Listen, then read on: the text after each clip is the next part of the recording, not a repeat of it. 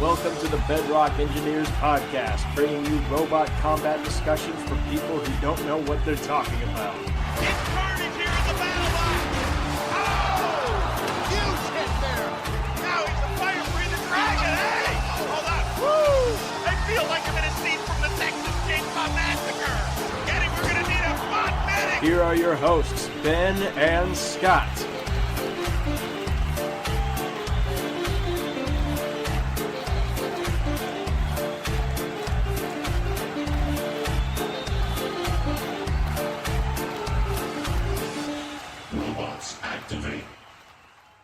And we can just go ahead and begin the episode. Welcome back, everybody, to the Bedrock Engineers. We're reviewing episode 4 of Battlebots 2019 today, and we've got two new guests, Jamison Go from Team Sawblaze and Hal Rucker, captain of Team Duck, or Team Black and Blue. Welcome, guys. Thanks for having us. Yeah, should be fun. Yeah, it's great to have y'all.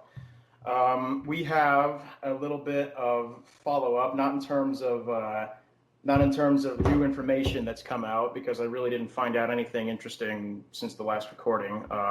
What I did find out was that nobody really said this before last week, but after so many teams had an issue with the floor in the last episode, competitors started coming out and being like, yeah, the floor this year was like 10 times worse than it was last year. And presumably it only got worse from there. So that bad. Makes sense. That's bad. It looked pretty rough, I thought, this episode. I mean, Rob and Zach didn't mention anything about it being horrible compared to last year. They did say it wasn't perfectly flat, but like that was not news to me. Like that's nothing I haven't heard before. But then on RoboCast and Hardcore, the Roboteers they had on there, like Tim Rackers and Tom Brewster from Monsoon and Ragnarok, they were saying it was so much worse than last year. And that really surprised me. So, yeah. Do you guys feel that it's degrading? I mean, I think so. I mean, ask Hal what he thought, because he was match number 1 for the season, so he knows what it looks like when it was perfect. I was there, maybe, was it 3 fights afterwards? Hal, you want to give your thoughts on it? I'll give mine later. Yeah, the floor was so bad that from where the drivers stand, you could visibly see where the seams were sticking up. Oh, wow. So I don't know if you probably didn't notice this, but in my first match and then again in my second match, I was in the red square, which went perpendicular to the seam that went across the middle of the floor. And I knew that if I went straight, I would hit it directly. So I tried to stay on my half of the floor until I could approach the seam at a diagonal and get over it. Wow. And when you say the seam's poking up, are you talking, half inch, an inch, quarter inch? What do you think? Half inch or more. That's pretty sizable, man. The joke, after my first match, I went and met with some of the people in the pits, and I said, the joke is there's a new hazard out there, which is falling over the seam when you go over it. It's like it's a pretty drastic like drop. A cliff. And that was fight number 1 of the season when no one has touched this floor. So correct me if I'm wrong, the floor is 3 panels of 1/8-inch steel, right? As far as we know, I'd have to ask Ray, because he's seen the inside. But I believe it's layered thinner plates of steel together. Yeah. That's, I mean, the fight for the low ground, while also keeping in mind the fact that the floor is not going to be flat, has always been a part of the game, and it always will be. But when the floor is so scuffed and like bent apart that it literally factors into the strategizing before a fight, because you can just see all the imperfections from far away with the naked eye, I think that goes a little too far in the direction of, okay, this floor, we need to improve this thing, guys. Well, it's a hard challenge for them, because they're somewhere in between, like, we need to have a durable floor, but it also needs to be sort of economical in a way, because these robots are going to be going absolutely ham on them. So I think it's a pretty decent compromise. I mean, if they went through basically have AR plate everywhere, it'd be not only really heavy, but also really, really expensive. And it's already a really expensive show to put on. Yeah, it's about a half inch in the middle. It depends if you're red or blue. Maybe in the type of robot you fight, it could be advantageous for you to be on one side or the other. Actually, the same thing that Hal did when on our first fight for Rotator. We always do a little. We walk around after we do the intros. I walk around with my co-pilot, and we try to find all the weird things in the floor, like, oh, this robot hit there, like that needs to be hammered down. You call over a guy, one of the crew bots, he hammers it down. We don't do straight box brushes just because we don't want to get stuck in seams, so we actually veer towards driver's side and then go straight. You can watch that and then you replay of episode 1. Yeah, I did notice you guys also seem to be, like, whenever you would drive a great distance, you wouldn't really worry about keeping the wedge on the floor, and you would allow the robot to wheelie for a few feet before you put the wedge down.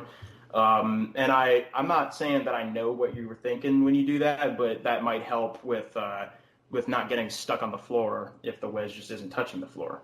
Oh, for sure, yeah. Yeah. Right, and in my case, one of the advantages of having an articulated plow is that you can help get yourself loose if you get into trouble.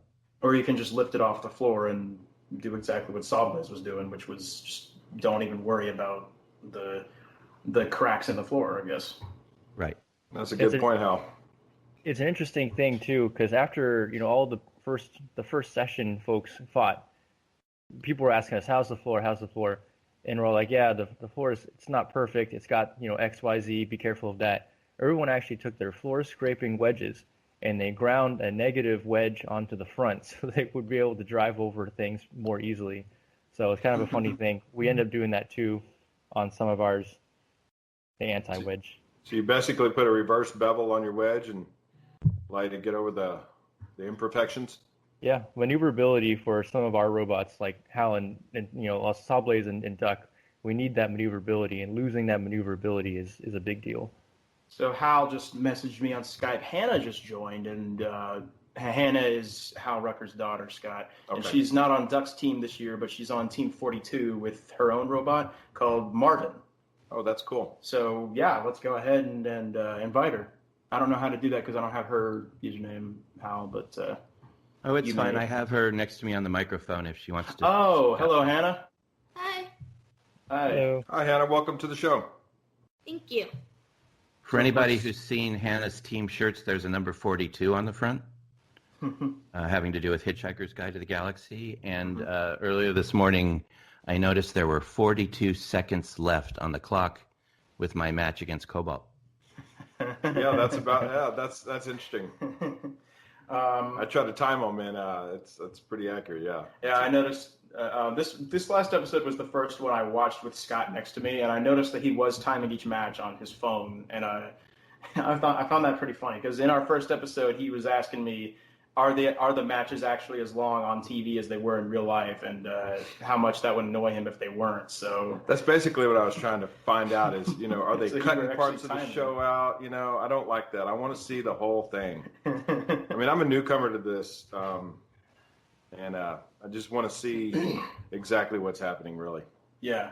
I don't think they should, for instance, hide it or make it look like, when the robots got entangled and had to be separated. I don't see any problem with saying, we got to stop this to break apart the robots. I don't see any reason why we shouldn't see that. Like, I would be fine with them saying it and then literally just doing a curtain wipe Star Wars style to make it clear something happened. Yeah. But then there's only like a second-long delay, and then it's immediately back into the action. Yeah, we don't need to see all of it, but I don't know. I just like to see some reality. I mean, I would at least like for them not to leave in the ref waving his arms to stop the fight like they did with Quantum Blacksmith. That was just atrocious. There was a guy, I announced that you and Jamison would be guests on this episode on Reddit, and this guy on Reddit asked me, if you have time, ask Hal about Crazy Susan. I've always wanted to know how that monstrosity performed in the box, but can't find anything.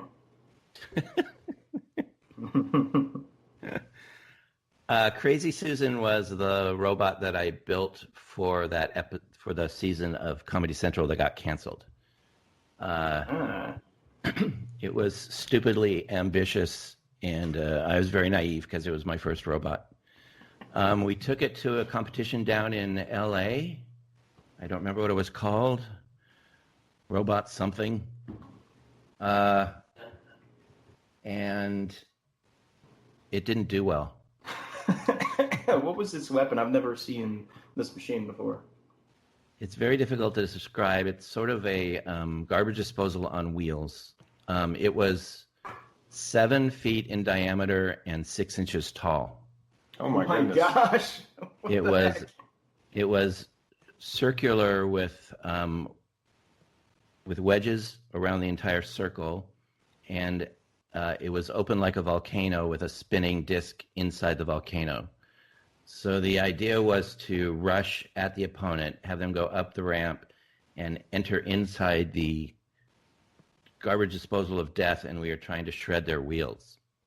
That's interesting, man. You know, I cannot possibly fault that kind of outside the box thinking.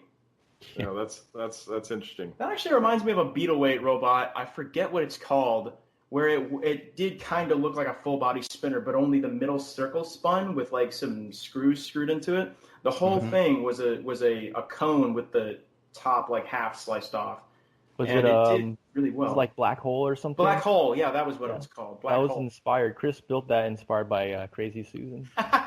So that's Well, what. did y'all ever get anybody in the center of it to destroy them? It fought in 2 matches. In the second match, it was an old robot you might remember called Little Blue Engine or Big Blue Engine, Little Blue Engine. And they were sort of fun-loving guys, so they almost intentionally just drove in there to see what would happen. And we did manage to chop up their wheels, but I think we definitely still lost. One of the things I wanted to talk about was what we were discussing with Robert and Zach last week with the forks, right? With the hinged wedges that Original Sin / Free Shipping has. And while I still don't understand quite how a wide wedge doesn't equal more of a chance to get stuck on the floor or have them bounce up a little bit, and therefore a larger chance of the opponent getting under you, I was kind of wondering about what they said with regards to how heavy these hinged wedges are. And that makes sense to me, but I started thinking, what if you had bungee cords holding the forks or the wedges down, so you wouldn't need to make them heavy, but still have plenty of force scraping the ground to get under things? This is a challenge that I think we all think about late at night all the time. That was were Zach's exact words. A lot of the robots with hinge wedges do use springs.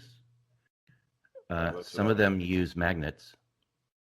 I heard a rumor that Cobalt uses magnets, but I couldn't verify it because they were kind of secretive about their strategies. There's a screenshot from This Is Fighting Robots of Tungsten, Cobalt's predecessor, kind of rearing back or getting knocked onto its side, and you can very clearly see a magnet on the tip of that fork they have. So I think they do use magnets.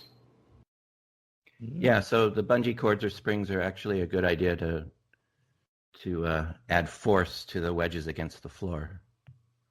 Like everything else, though, there's always a downside to it. There's always that but. Yeah. Oh yeah. You know, there's always but you know, that could lead to exactly what happened against Duck. Could I'm be. curious. Could be, yeah. I'm curious about you guys. Your kind of your design philosophy. Do you concentrate more on defense and reliability and armament, or do you try to concentrate more on offense and destructive power and basically tearing the hell out of something? You want to go first, Hal? Or you want me to go? You go first. Sure. Well, yeah. So why would anyone? And I know people always ask me this, like, why would you ever bring a saw blade to BattleBots? And 2 seasons ago, maybe I'd have a better answer, which is, you got to be something different. The robot, for me, has a lot of nostalgia. This is actually, that first robot in 2004, this is that robot to 250 pounds. This is inspired by SOB, the dustpan robot from Comedy Central.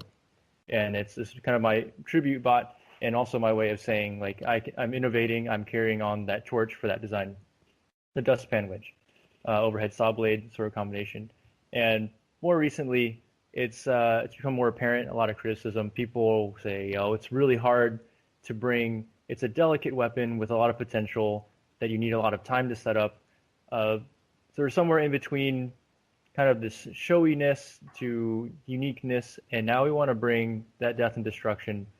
Unique to this season is our newer weapon, which is interchangeable with the saw blade, which still goes under a bunch of different names. We're not quite decided. It's somewhere like the hammer saw or the kinetic blade or the momentum saw. One of those three is probably what we're going to call it. But it is a cutting blade, despite what people say. And I could probably explain a little bit more about why it is, but it's a cutting blade that operates like a spinner, but there's specific design choices which allow it to operate as a saw blade, but just instantaneously quicker. It's one tooth which does cutting, pierces, and carries through the top armor, and it's designed specifically so that we can achieve that effect versus kicking robots in the air or knocking them sideways like Tombstone or, I don't know, Bite Force knocks them up in the air. Then the front ends, as you know, those are primarily, as much as I use them aggressively, they're primarily defensive. We designed this robot so that all the stuff in the front is supposed to be disposable. We have many, many copies of all those parts. So Tombstone rips up things in the front. I actually don't care about it. We take that, we undo, how many bolts is that? We undo 7 bolts and throw it out. Everything behind it is fine. So you've got spare wedges then? Yeah. We good. We have 3 spare back plates. We had a post about the upgrade to that system. We have 3 spare of those C-shaped back plates. We have 2 wedges and we have 6 forks. So we're well set for this season, and you have to be for this fight card format. So we have the forks, hinged forks, actually, like you guys were mentioning. We also have the wedge, which you've seen twice now. Those all bolt onto that back plate. And then a variety of other things. A plethora of many holes all over the place for mounting silly attachments for robots that we haven't even fought yet, but we know they're going to be there. We always have a game plan. So this year, Sawblaze wants to be the same control bot, super fast, super aggressive that people know and love, but also have the ability to someday, hopefully, bring that KO punch. Maybe we'll see more. Hal, you wanna go? For me, the way to answer that question is to ask a different question, which is, why do you want to build a BattleBot?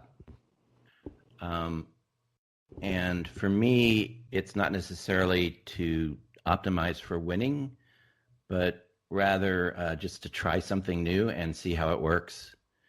I like the building part more than the competing part. For example, with Duck's origin was another robot we made called Whoops. And the idea behind Whoops was to see if making the chassis out of one billet of aluminum would really make it strong. You know, like how effective is a unibody robot? And then Whoops became the first, Duck was a new version of Whoops, basically. And then the new Duck is a new version of the first Duck. So I wasn't thinking, what's my strategy? It was more like, I wonder how this unibody thing would work out. You're kind of an experimenter. Yeah, that's the fun part for me. Yeah. Cool. And I think for me, it's a healthier way to think about it, because in a competition like BattleBots, if your goal is to win, there's only going to be one team that achieve their goal. And then there's going to be 60-something really disappointed teams. But if your goal is to try something new and create a robot that has some personality and see what you can do with it, then no matter what happens, you're sort of a winner. And I know that sounds corny, but just makes it more fun for me. That's cool. Yeah, as a newcomer, you know, not a novice, just a casual fan who's getting into it more, I can only think of it at first in terms of the competition aspect, you know.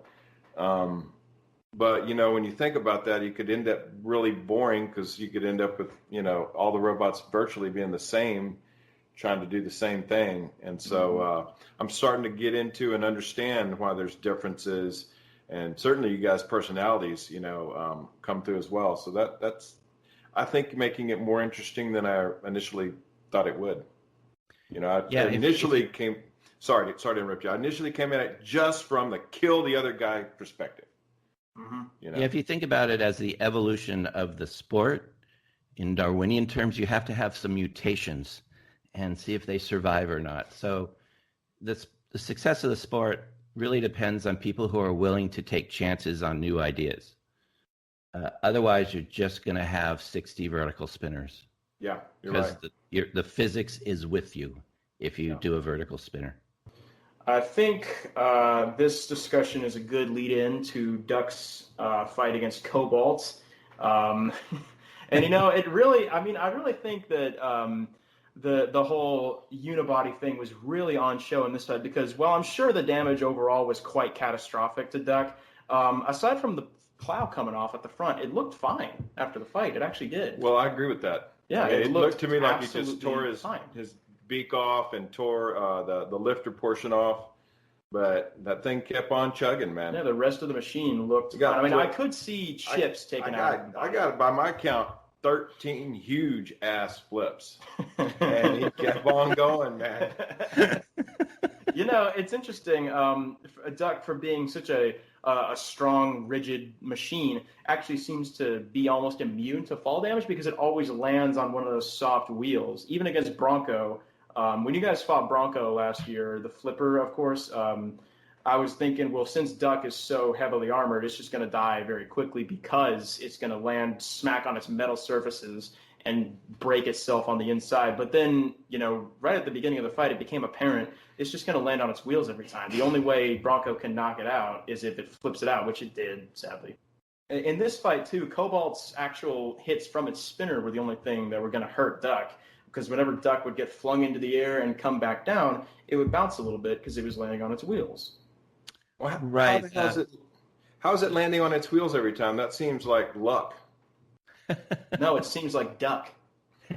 Yeah, it's annoying how often I have people come up to me and say, "Why don't you protect your wheels?"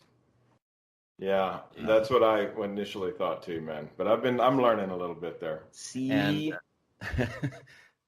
so that's part of the answer to the question you just asked. The wheels are positioned that way because it increases the likelihood that Duck will fall from the sky and land on rubber instead of its chassis.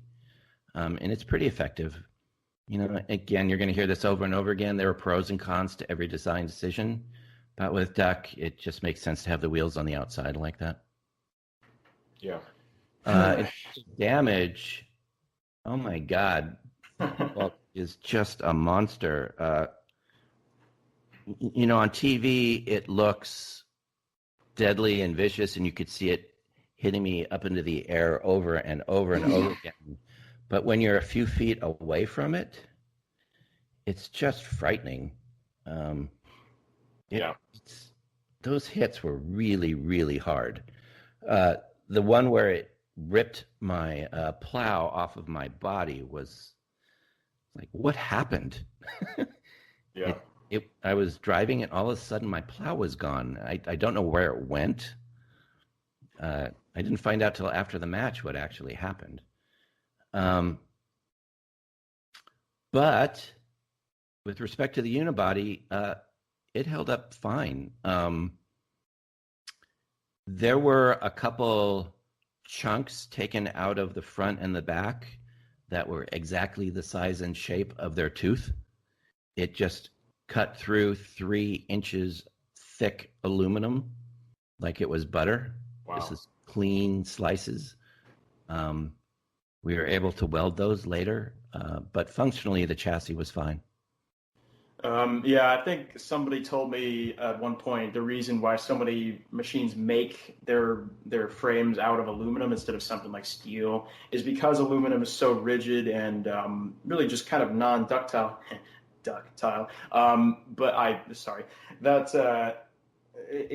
When you get hit by a spinner, it will retain its exact shape, but just lose a chunk in the shape of the spinner that hit it, right? Right. Because Duck's body was not twisted or mangled by the end. But I think if it were made of steel, it would be. Kind of because, like, Duck's plow is made of steel. It was bending a little further out every hit. until it was kind of just like a V shape, and then it got taken off. And then the arms that the plow was attached to were both still perfectly straight. Right. Right. But this is a little bit of a side conversation. But in season 4, the robots are getting so destructive that it's almost to the point where it doesn't matter what you make your robot out of. It's going to get destroyed. For example, with the fight where Quantum went through Black... what's their name? Blacksmith. Lockjaw. No, the previous one. Blacksmith. I'm sorry, I had a senior moment there. It went right through steel. So what else are you going to do? But right, and steel. And Cobalt went just sawed and destroyed my plow, which is steel. Right, so even steel isn't good enough anymore. So it raises the question: what do you do about that? I'm not sure at this point, except have lots and lots of spares. I have a thought on that actually. I think underappreciated. Well, first of all, there's driving. You could try to drive it, but an underappreciated thing, is compliance or geometry, is actually almost becoming more important than the material at some points. Like a steeply angled surface that basically directs the tooth somewhere else. For Quantum's case, he needs to have flat contact between the wedge. Maybe an interesting geometry could stop him. Or in the case of like huge wheels, where he has long sections of a material which basically absorbs a lot of energy, taking spinner hits and staying within the elastic region may be something that more builders have to start thinking about, is like, how can we incorporate that into our aesthetic and design? Yeah. I completely agree with that, but it squishes the problem to a new one, which is, what geometry do you use for which opponent? Because there's not going to be a universal geometry that works for every type of weapon. So then what do you do? It just becomes more and more challenging and more difficult to come up with a good solution. Yeah, Cobalt is a machine, I think, that there really is no strategy for except just get under them, which Duck did at first.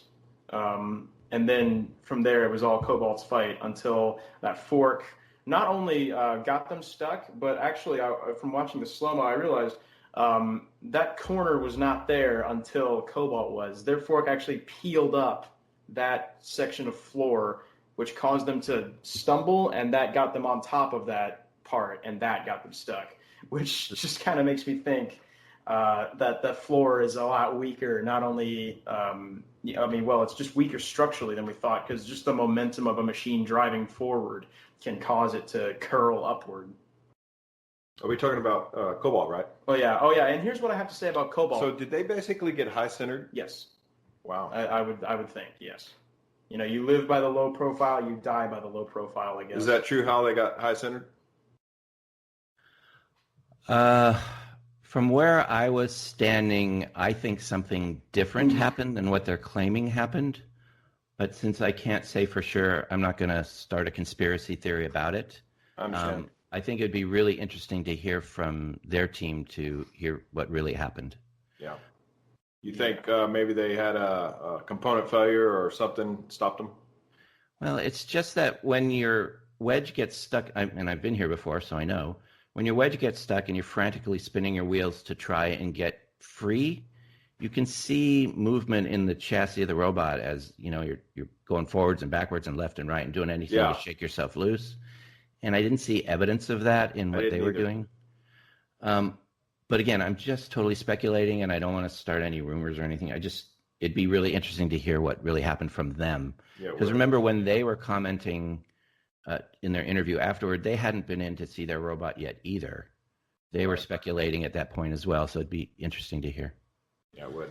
Yeah, I thought I did see Cobalt moving a bit, but that could have just been me. I didn't. I thought they looked dead, personally. Yeah, they might have very. Hal's right. I mean, typically when someone's really trying to get it going, there's some twitch and there's some movement. They're doing everything they can to get it free.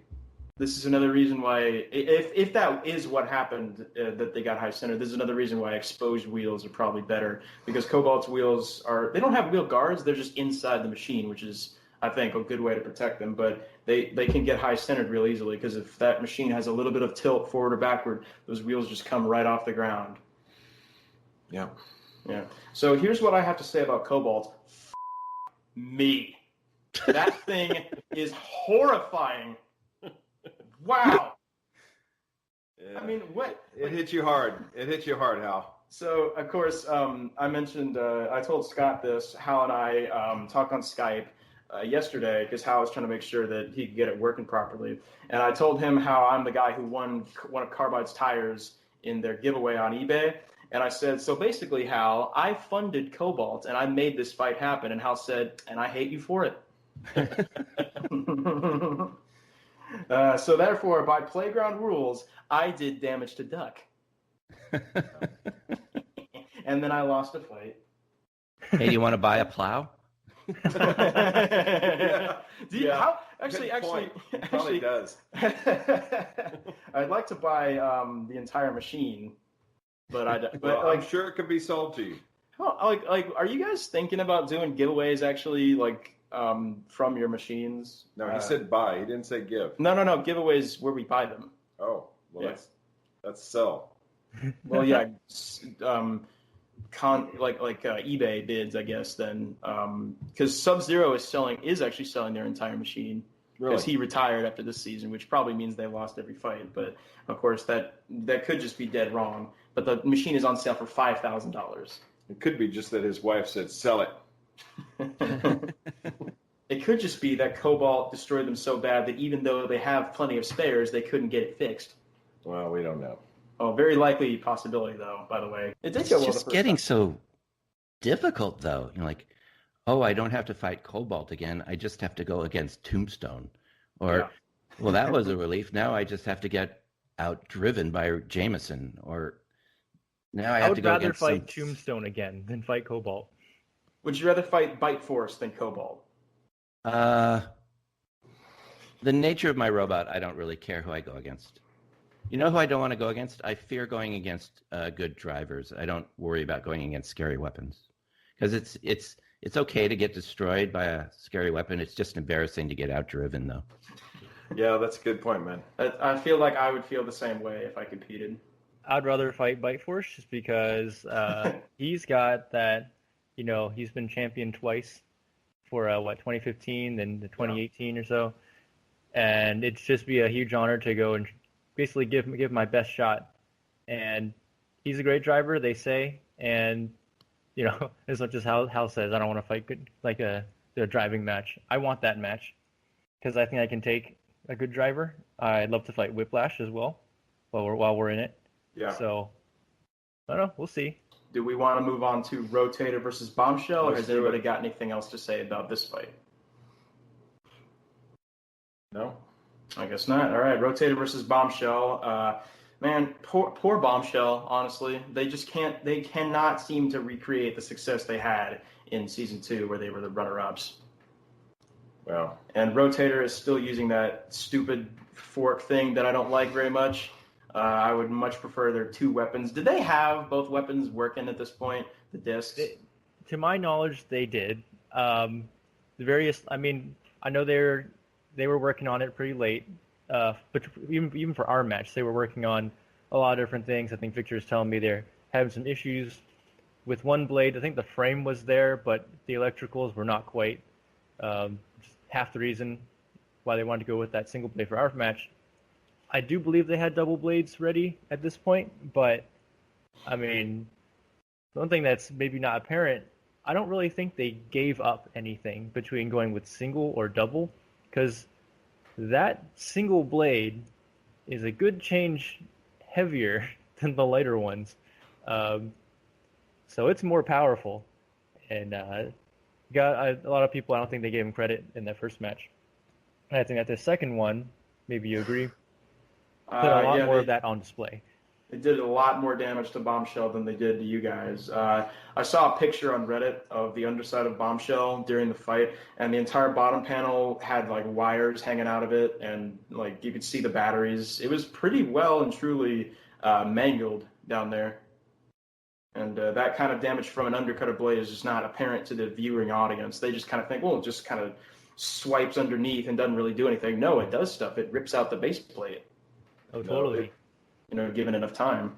I can't see this version of Bombshell really doing well. And even though it's the same design philosophy as the runner-up version, the one hit they got didn't really seem to do anything to Rotator. Although, like I was saying before, I'm sure the damage was a lot more than came across on television. Yeah, you're right. We really don't see the damage sometimes. I'm shocked sometimes to hear about the damage that was done. Yeah. And it doesn't, come across the TV all that well. Short fight, a good scrap, but short fight. And that's kind of the theme for this episode. Most of these fights are quite short. Only one of them went to the judges as well. Correct. And only, I think, 3 total lasted longer than a minute. I think I might be wrong about that, though. Aside from the one that went to the judges, I do think Duck and Cobalt was the longest fight. Yeah, I think Duck versus Cobalt went about 15 minutes. So I guess I don't really have anything more to say on Rotator Bombshell because it was short. It was really the best way to describe it. It was short. Bombshell may get a win. They might even get 2. But I'm not really holding my breath on that for now. I mean, you guys obviously know how it went. But for my money, I'm not thinking they're going to do overly well this season at all. Two losses by knockout so far. We might see them in the Desperado tournament, but. Well, remember last season they were 0-4 and made it to the top 8? 16. 16? Oh, no, 8. You're right. 8. Yeah. So never count anybody out. Yeah, that's true. Never count anybody out, I guess. And, someone can get on a run, man. Yep. So that's kind of the nature of machines as well. It seems like less likely with people sometimes, but machines, I think it's more likely. Yeah. All right, fight 3, Ben. Fight 3 was Nelly the Ellibot versus Rainbow, and I think I have to address the event organizers directly on this one. You guys are playing a joke on me because in the middle of my crusade to convince my family that Hammerbots can be good, y'all throw this at me. I mean, of course, Nelly the Ellibot is not meant to be a serious competitor. The person who built it is a shunt poster. It's a Facebook group where you just make hilarious memes about the sport. But it is kind of the joke entry of the series. But do they feel that way about their robot? Yeah, they've said so. Okay. They're like, oh, isn't she adorable? We're going to do some serious bonking, which is all about all that hammer can do because it seems to barely have the torque to fully swing. I may disagree on that one. They're a fun-loving group, but that's actually got some serious power in it. That motor they use to swing that hammer is the same one that Valkyrie uses to power their blade. Really? A LEM? Big one, yeah. It's geared appropriately for hammer things, not spinning blades. But, when we saw that, we're like, I don't know if this is a joke anymore. Maybe the joke's on us. You know what I mean? Yeah. So, basically, Sawblaze versus Nelly the Ellibot confirmed? I say nothing. I can neither confirm nor deny the existence of aliens. Aliens. Rainbow's spinner looks amazing when it's spun up. Like I was waiting for this thing. I was like, oh, I hope it's like a multicolored ring when it spins up. And then it spun up, and it was. And I was like, oh yes, yes. You know that online that GIF of like the cartoon of the guy looking at his computer and he's like vomiting a rainbow. That was me watching this fight. It was so cool. It was a nice touch. Yeah. Yeah, it was. And Nelly the Ellibot's wedge didn't have a scratch on it at the end of the fight. The top part of the robot got, just completely destroyed, but the wedge on the front, it wasn't damaged at all. The paint wasn't even scratched. It wasn't, huh? No, it wasn't. Who got their wedge fine. broken off? Part of their wedge broken off. Sawblaze. Okay. Yeah, sorry. We'll get to that in a minute. Sorry. Yeah, that's true. Well, Rainbow doesn't quite seem to have the reliability to go a full fight, but it did last long enough to knock Nelly the Ellibot out. The bar looked like it was wobbling back and forth as they were driving around as well, like the shaft had come loose on the weapon. Yeah. And I think they lost a belt or something at the end as well. Regardless, it looks amazing. And it seems to be very powerful, which is a good sign for their chances in this tournament. They might make the top 16. I kind of discounted them because I was just like, well, it's a silly looking robot. It doesn't really look very, very good. I thought they were going to break off the hammer,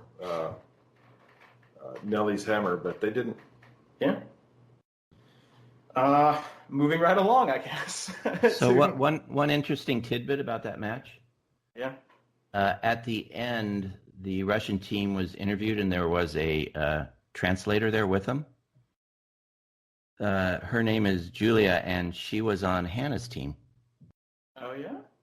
Wow. Yeah, so she speaks Russian and she volunteered to be the translator for their team. So for most of the competition, she translated after their matches and for all of their interviews. Yeah, she's also an awesome engineer. She was really helpful in the pits with Hannah. Yeah. That's cool. Yeah, she's on your team, Hannah, this year, and before she was actually the team captain for Bucktooth Burl. Is that right? Yep, that's correct. She's Russian, but she lives in Canada. You mean that Bucktooth Burl is that drum spinner Scorpios fought in that Rumble, right? Yeah, it was in season 2 of the reboot. I thought it looked like a good machine. But anyway. Scott, you were about to say something? I didn't notice that they had a translator. Yeah, I thought the guy was speaking English. I did too. He answered the first question in English, and then they switched over. Okay. Yeah. Okay. Yeah. Well, that's interesting. So, if nobody has anything more to say about that fight, should we move on to Quantum versus Lockjaw? Let's do it. Much better driving from Donald Hudson in this match than against Tombstone, where he fell for Ray's age-old spin trick. Yeah. Spinning is a good trick. Yeah, it is. Scott doesn't even watch Star Wars, so he didn't get that reference at all. No. I got that reference. Phantom Menace came out 20 years ago, which is just a very strange thought to me. Wait till she starts barking again. What did you guys think of the fight? How about you, Hannah? It was very impressive driving from Donald. And Quantum is scary.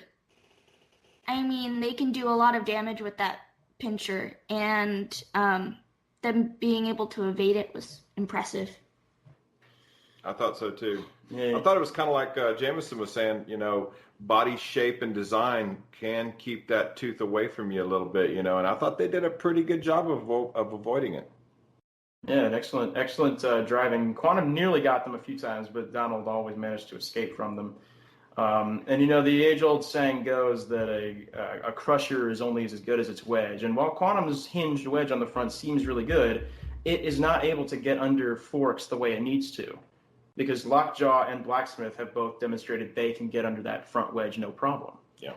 And just have Quantum on top of them, and that lost Quantum the fight. They got good run-ups on Lockjaw front on, and then they were the ones who were getting rolled backward on their backs. Well, I saw it as Lockjaw was all over Quantum. Yeah, Quantum, you gonna say you're lying? Quantum got his ass kicked. Yes, it did. Yeah. Quantum got its ass kicked, and so did Nellie the Ellybot, and so did Bombshell. We've kind of been remiss in our duties this episode, haven't we? A little bit. No, But you know how we were talking about mutations in the sport that you have to think about? Quantum is one of those. Yeah. It's a pincher that can pinch through anything. So what the hell are you going to do about that? Well, I think you could use modular armor in the form of a large cage around the robot. Did Tornado cheat? Yep, that's actually a valid point of view. But now you got to think about it, right? Yeah, and then you got to think about a robot with 4-foot diameter wheels made out of plastic, and then you got to think about something as big as an elephant that spins and lifts you out of the arena. It just keeps it interesting when things like that happen. Yeah, it does. Yeah, not that Lockjaw needed that, because they just beat Quantum outright. Quantum going with their two-tooth setup, where that they did with Spectre whenever they would fight a vertical spinner, so that those teeth can, if hit, just break off without damaging the skull part of the jaw. Good idea. And it was a shame to see Quantum on the back foot in terms of driving, when really they're the ones who usually are thoroughly out driving their opponents. But Donald Hudson is just one of the best of the business. They did do a box rush at the beginning, and they hit the seam right in the middle there. Oh yeah, speaking of the floor, It seemed like he actually left a little early too, by the way. But I don't think. yeah, I did. I actually said out loud, I was like, "Ooh, was that a false start?" Which I guess it really didn't matter because they got stuck on the seam anyway. Yeah. Well, he drove really well. I'm curious to know, if people are going to start changing the ground clearance and other things about the robot based on the floor condition. People have been doing that this season. A lot of robots have bigger wheels than they did before, don't they? That's what Zach was saying. Yeah, Minotaur with the bigger wheels, Copperhead itself, the only part that touches the floor is the forks at the front. And the floor is only going to get worse throughout this season. There's no doubt about that. Yeah. And Sawblaze as well has that modification in there. Our ground clearance is now maybe like 1.5 to 2 inches underneath the wheels, even though we have the forks, which they angle downwards near the front. Yeah. But if we were to drive, if the forks don't hit it, if the floor is bad enough that the fork's going to hit it, they're going to hit it. But if a torn up piece of arena floor, like what we hit 3 times in Monsoon last season, that stops our advances, we are going to be able to drive over that this year, no problem. That's nice. Yeah, I did notice that. I've watched that fight plenty of times because it's just an amazing fight. And I like to dissect fights, but I like. And right at the beginning, you guys got right behind Monsoon and were pushing him. And then about a foot later, you stopped because your right fork got underneath a piece of jagged floor, and you kind of had to wiggle out of it. And I was just like, no, because I knew. Even the first time I watched the fight, I was like, no, that was their chance, man. Mm-hmm. It's very frustrating. Yeah, when you can't do what you want, basically, it's very frustrating. So although the forks still touch the webbing section in between the forks is higher, it's the same back piece for the wedge plow as well. But the wedge plow isn't sharpened, so we don't run into issues with hitting floor things unless it's a really big gouge. And horizontal spinners aren't really the type of thing you need a low ground clearance for anyway. So that's fine. Yeah, typically not. There's a few out there which kind of employ some wedges as well. So they try to play that game with you. And that's what Rotator is counting on. He knows that front edge isn't ground. So on paper, it was a great idea for them on the first match. But in practice, it's a lot more difficult. Yeah, not that it really worked for them. The tips of those forks were a little too steep, I think. I'm curious to know if Quantum's going to pierce anybody else really badly like they did. Are they going to be able to get another chance like that? As long as they go up against an opponent that's well-driven and has forks to get under their wedge, I don't really see what they can do. What was your guys' thought on, the Quantum's first fight when they obviously pierced through Blacksmith and, lifted him up in the air and couldn't be separated? Did y'all see that as a double knockout, or how did y'all view that? Jamison, what did you think? Okay, all right. There's a lot of people said basically what everyone was thinking. Everyone was going through the pits basically once they heard the situation, being like, "Oh wow, like this opinion, that opinion," and I understand both of them. The rules say something to the effect of like being able to let go of an opponent, but if you have the ability to do so, that's the caveat, which kind of saves them, because they were trying to, but were unable to. Now, I don't think that they should be disqualified on that, but what I think that was interesting was the discussion afterwards about you shouldn't use AR 500 for your top armor. Instead, it's if you get caught next time, it's your fault. And I was like, that's basically saying that you should not defend yourself, or you're disallowed from defending yourself against a powerful weapon. And maybe whose responsibility does it fall onto, either to design the defense or is to design the weapon for that to not happen? So I thought that was a really interesting discussion, and I don't know if it was fully concluded on. Hal, what do you think? I agree with everything you just said, and I would add that the spirit of the rule is to try and avoid really boring fights where you puncture someone and it's over. So in the spirit of the rule, I think they should require it so that pincher bots have to be able to let go. To repel someone, to push someone off their tooth, for instance, or something like that. Right. I mean, it's A true for retractable grapplers. tooth. Yeah, retractable. It's the same thing with nets, right? You can't use nets because it would just lead to really boring fights. Yeah, it would. So I think this falls in the same category as nets for me. Now, assigning blame, that's where I get confused because it was a new phenomenon. It had never happened before to that extent. They were trying to get Blacksmith off of their tooth, and they couldn't for physical reasons. So I'm kind of torn. I think for the future, there should be clarity about what to do, and it should be the pincher's responsibility to get their opponent off their tooth. I mean, you can't I would expect the rules to change between seasons, not during, because we're not quite moving on to this fight yet. But Blacksmith again ran with the AR 500 top panels against Kraken. I don't know why they did that, but what I reckon would really work against Quantum is that you put a bunch of I guess I just came up with two ideas. One of them is the cheesier one. You put a bunch of panels of plastic on top of your machine that are thicker. The total thickness is That's kind of what thicker I thought than the tooth too. is long. So then the tooth goes straight through that, and it's easy to let go, but they can't actually hit your internals at all. I think that's what Jamison was saying earlier. Is that true, Jamison? You were kind of saying something like that? I was actually thinking something different, but that's pretty ingenious in its own way. Jamison Go called me a genius. I'm going to be drunk on this power, man.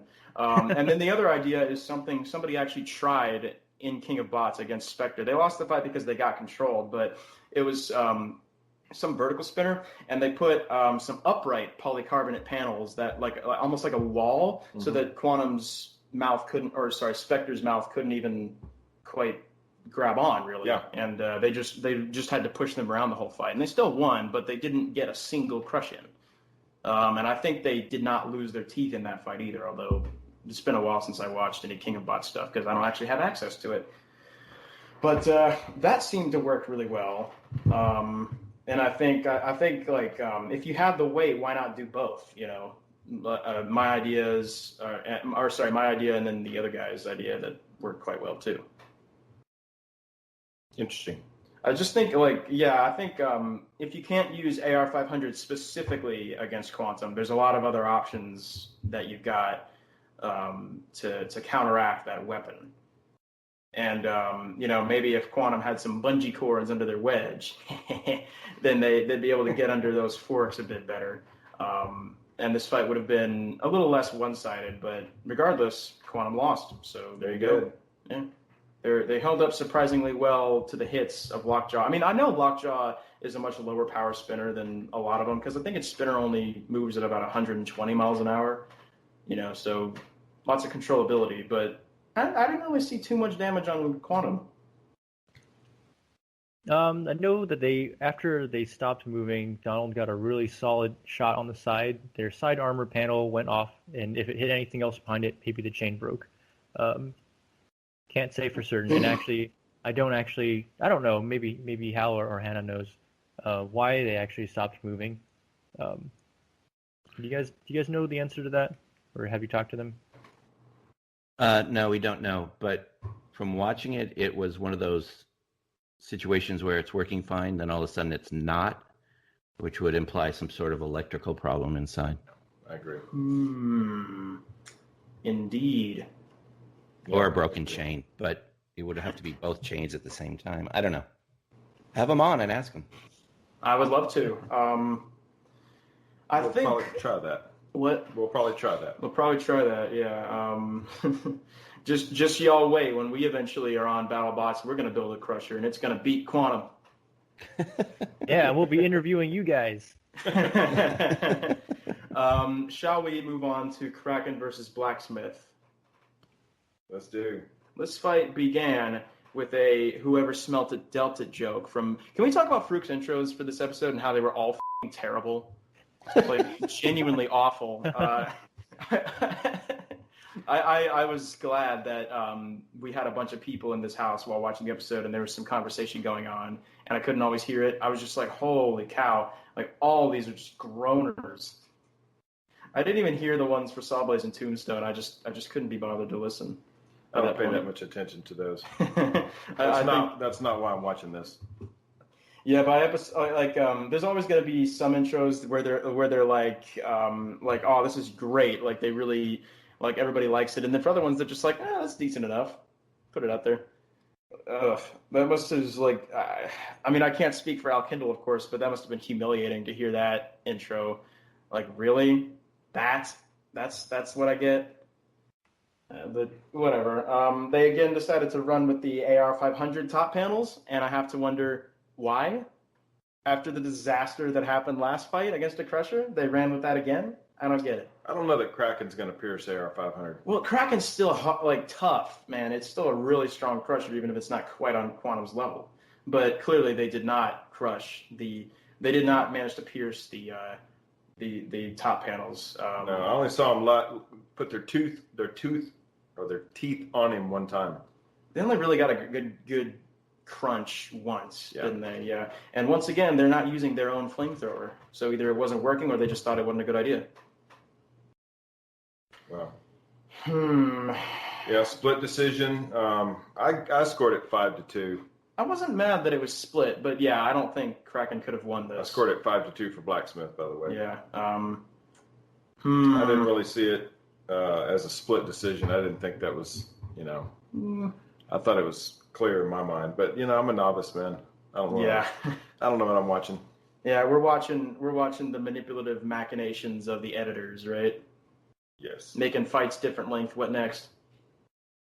What did you guys think of this fight? Because I thought it was pretty good. I thought it was very entertaining. Yeah, I agree. Both robots have a lot of personality. Both of them look cool. There was fire. It went back and forth, went the full 3 minutes, came to a judge's decision. I think you need that in a good episode. Yeah. Jamison? Yeah, everything Hal said. I mean, the back and forth type matches are kind of my favorite thing, whether it works out in my favor or not. Because it leaves you something to wonder always at every match. Like, did the other guy do enough in the second half? And it was otherwise pretty consistent. I mean, Blacksmith had the early advantage. Looks like they got a lot more hits, a lot more control. Kraken got that really solid bite in a 30-second control period. And the last one they did maybe not as effective, but it was a really good fight. Yeah, Hannah, do you got any thoughts on this fight? What do you think of it? I agree with everything that was said.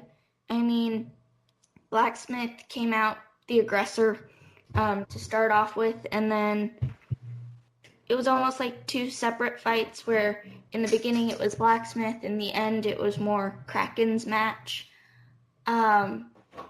But it was really entertaining, so whatever happened in the end. Yeah, and I'm really glad that Al Kindle actually got a win for once on a split decision. So Endgame versus Ribbit is a fight that happened, and it was probably the best fight of the episode. If I'm being honest, I agree. It was a good even fight, man. I was definitely not expecting Ribbit to defeat Endgame by knockout. Because Ribbit, it kind of looks like another joke robot. I mean, of course, it is professionally made by these guys, like expertly milled and everything. Kraken said it was billet porn. And I've seen the pictures of it without the frog suit on. Yeah, it is. But wow, they really hit Endgame hard and just killed it. Killed it dead.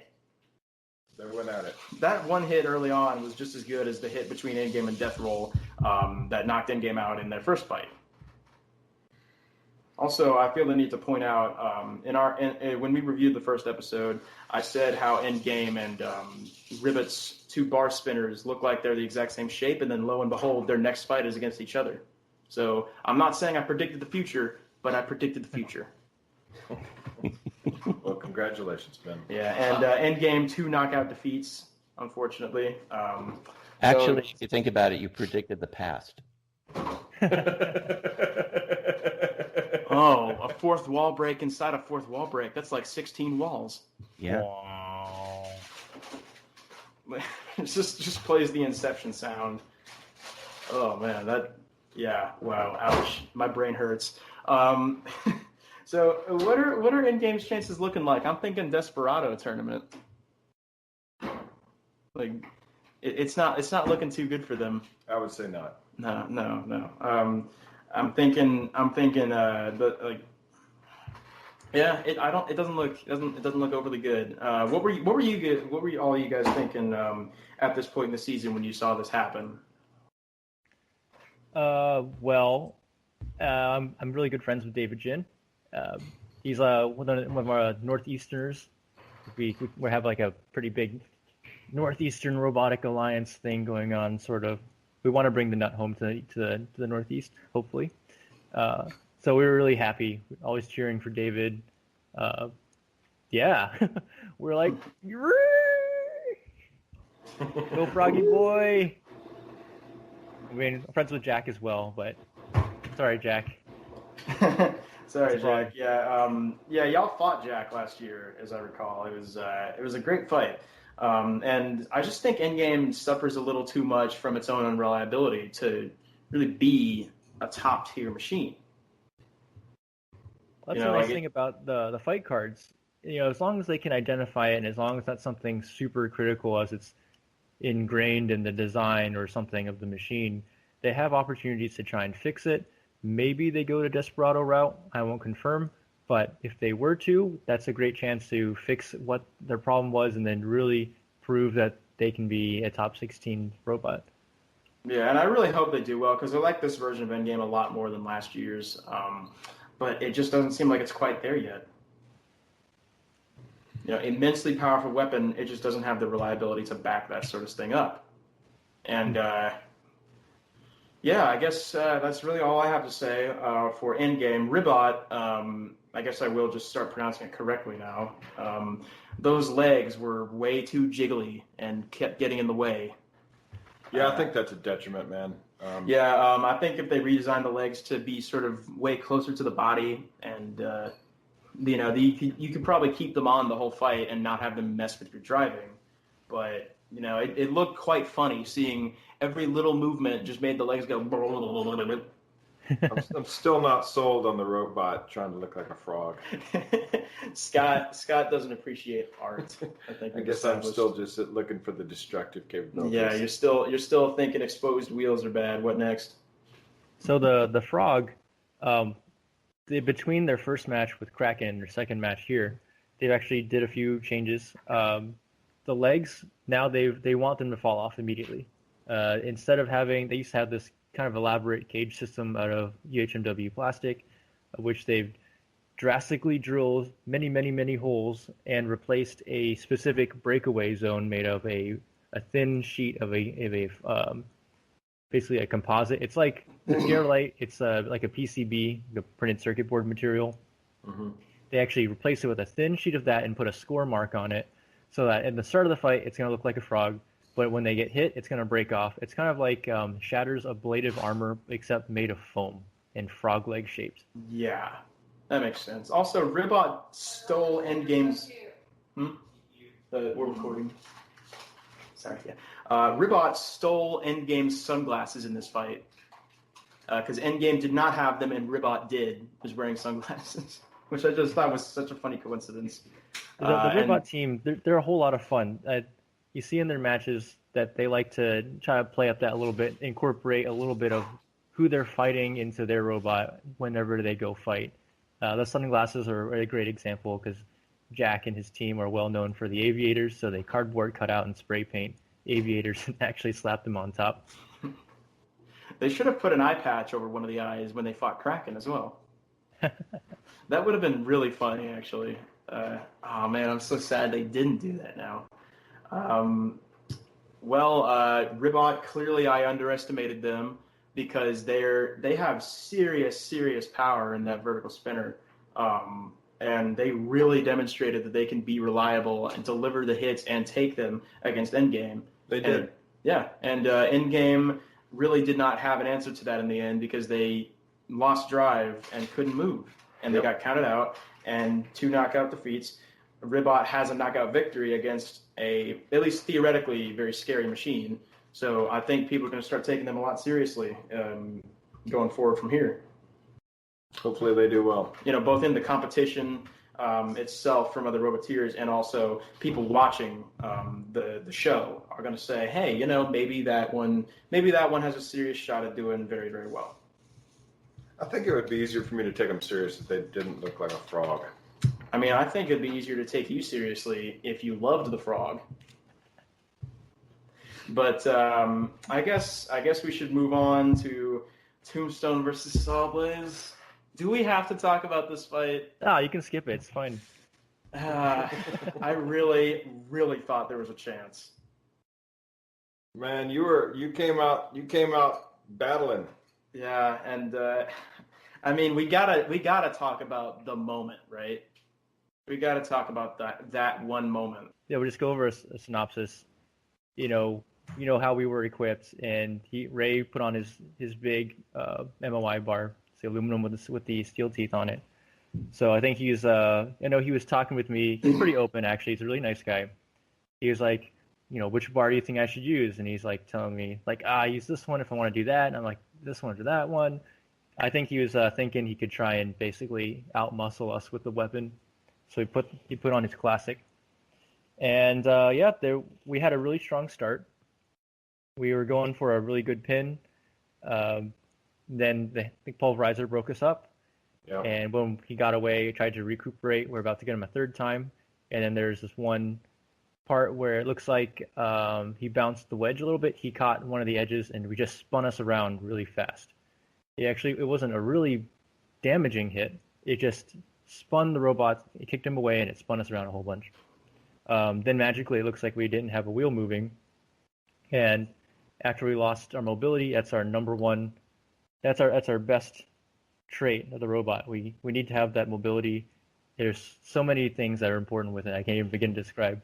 But without the ability to control the engagement between his blade, which is incredibly important for us, he basically was able to dictate the speed of the impacts, the location of the impacts, and it was too bad. We started losing parts of our armor.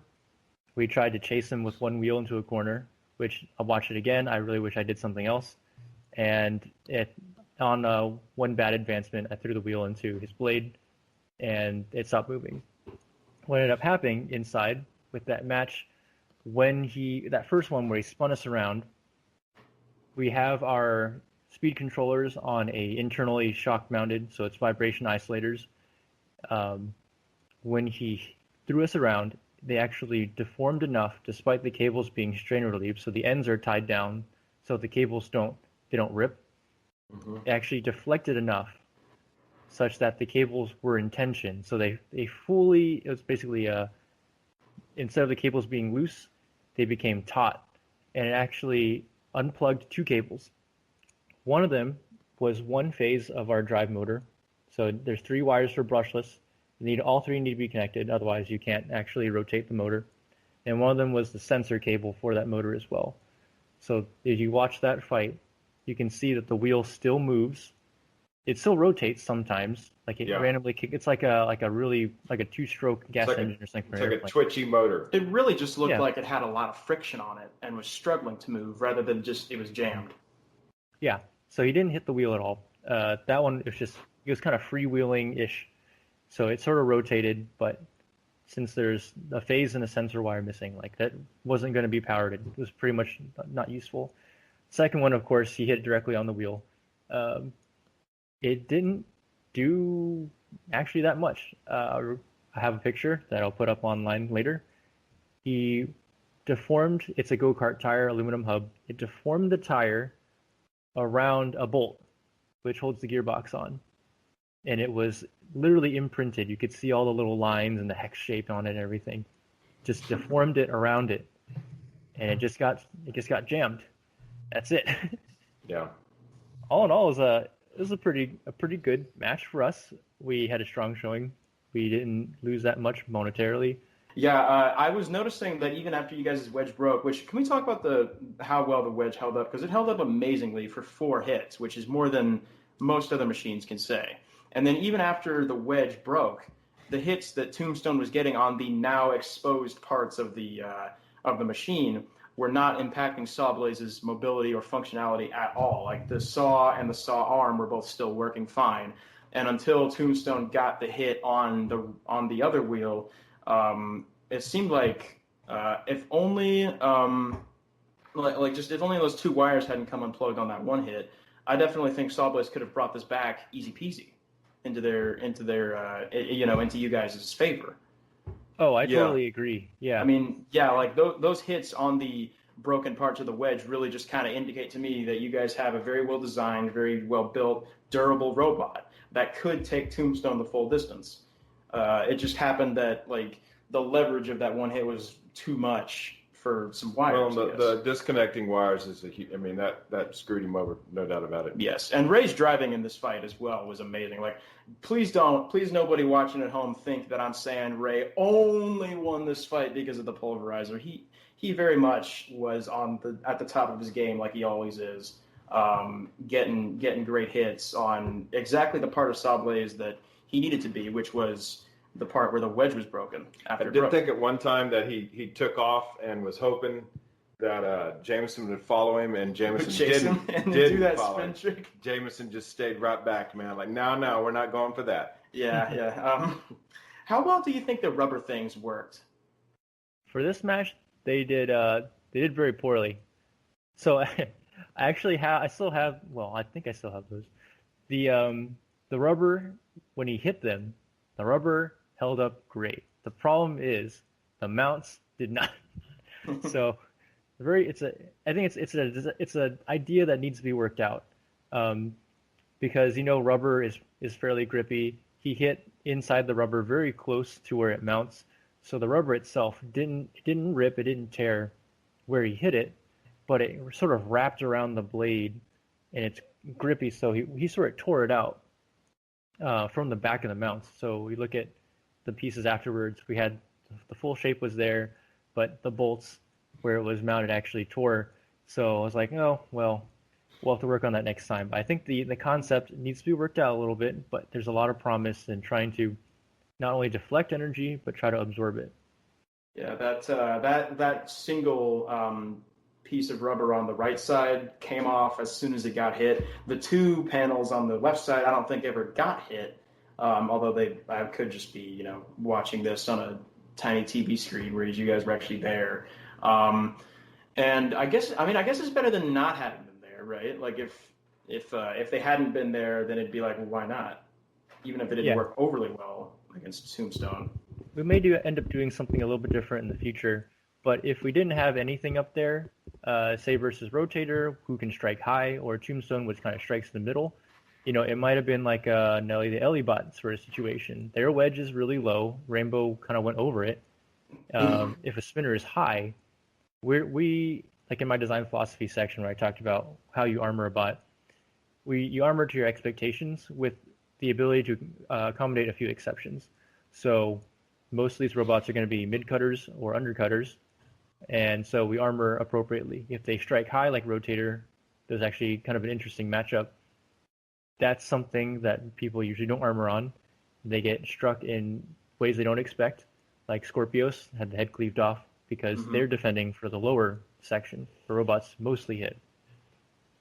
So we need to have a plan for that. The rubber or any sort of vibration isolators or a plan for that.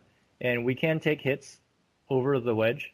The whole thing is AR500, and the whole thing is meant to be scrapped and replaceable. The whole thing is shock mounted with rubber isolators anyways. So if he did hit the back part, if he tore through it, we wouldn't think of it much more than maybe something that we either have to try and salvage or we just toss it out. Yeah. I'm so sad that we never got to see what would happen if Sawblaze like cut into Tombstone's weapon frame and then Tombstone hit the wall and the entire front half detached and just flew across the arena. That would have been so cool, and we didn't get the chance to see it. I mean, Yes, do you that guys, would be. like, do you guys reckon that it would have only taken that first pin to just straight up knock them out with the saw by going straight through that top and getting something important on the inside? So if I looked at the trajectory, and I've seen this when the builders watch this live. If they're not in the stage, they have a different vantage point. So I have a pretty good idea of where this was going to go if we actually were able to complete that pin. He was able to rotate enough, so his wheel was inside of the dustpan plow. We would have been over the connection point with the A-frame to his main chassis.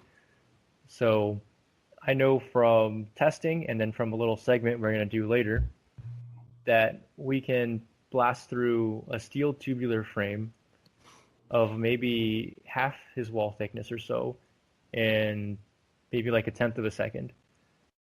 So if you give us 10 seconds, I think we would have been able to at least get through most of the A-frame. He's got tie panels on there too. I think it's 32nd or 16th inch. It's not super thick. Maybe we can nick the chain, but the structural damage is going to be what we're really hoping for. So he was going to go into a corner, kind of where the screws come out. So the screws have the little box. It's extruded from the wall a little bit, and he was sort of heading towards that nook. So without a doubt in my mind, that would have been a solid pin that we were looking for. But hey, don't look at it in the past. It was a great fight. I'm super happy about the outcome. It was. Regardless. Yeah, it definitely was a great fight, great driving match, and a great display of how many hits Sawblaze can take, really, and how many hits Tombstone can dish out as well as kind of how like Ray almost seemed to be hurting himself in confusion when he realized that he couldn't do his spin trick against you guys. Because he kept trying to do it. He kept turning around and waiting for a second, and then spinning around and just hitting nothing because you weren't coming towards him. And I just found that quite funny. Yeah, so it's really interesting, and maybe it comes from some experience. I aim for his blade. I noticed that. It's a little bit of that, the expectation sort of thing. You gotta know what they're trying to do. You get an idea for their strategy. You can adjust your strategy appropriately. I know that he's going to want to hit with his blade, and our defense is made for the blade. If we try to do something clever, we actually open up our sides to his attack. We were aware of kind of his move set. If it's like a video game or something, I know what his character's move set can be. So we can go for the blade. We can take the impact where we expect it, and then based on how the robots move a little bit afterwards, we can adjust. So his blade, actually, we go for it right in the middle. But his blade is, if he doesn't get a big bite, it's like a giant wheel. He turns his own chassis, and then we can adjust our movement to get better position in that time. Because he's going to bounce around. He's losing contact with the floor. He can't do a spin move. And then when the right opportunity arises, we can do like we did with Rotator, go from 0 to 100, and then basically box slam. Mm-hmm. I just want to make one more comment about episode number 4. I thought it was exactly what Battlebots, the TV show, should be. Lots of different kinds of robots, lots of different kinds of matches. I thought the interstitials between matches in the pits were really well done. Yes. I was watching with people who hadn't seen any of it before, and they were totally engaged. And my match was really violent and had a surprise ending, and Jamison's match was really exciting, and it looked like he was going to take it. And then you had a frog, and you had an elephant. It just had a lot of everything. So I was really optimistic about the episode in terms of entertainment value. I thought it was a good one. It was. It definitely was. In my match, I thought Kenny and Chris, their commentary was really funny. It was really good. It was. Yeah. It was. Chris waving to Nelly, trying to get her to come back to life, was really funny as well. What were you going to say, Scott? I don't know. No. He forgot it. Well, do y'all want to go ahead and thank your sponsors? How do you go first? My sponsor is a company called Proto Labs. And if you design things in CAD and need parts, you should use them because you can design the part, email them the file, and in a few business days, you'll get back a perfect part. So thank you very much to Proto Labs. They're an excellent sponsor, and we really appreciate them. That's cool. Jamison? And for us, Team Sawblaze, we have a lot of sponsors. They contribute in many, many different ways, and without them, we wouldn't be able to go to Battlebots, inspire young people, adults, boys and girls, men and women to do engineering, starting with Vex Robotics, MIT, Desktop Metal, Max Amps batteries, Harmonic Drive, gearboxes, Cutter's Edge USB saws, the MIT Lincoln Laboratory, SolidWorks, and FreeFly Systems. All right, excellent. Awesome.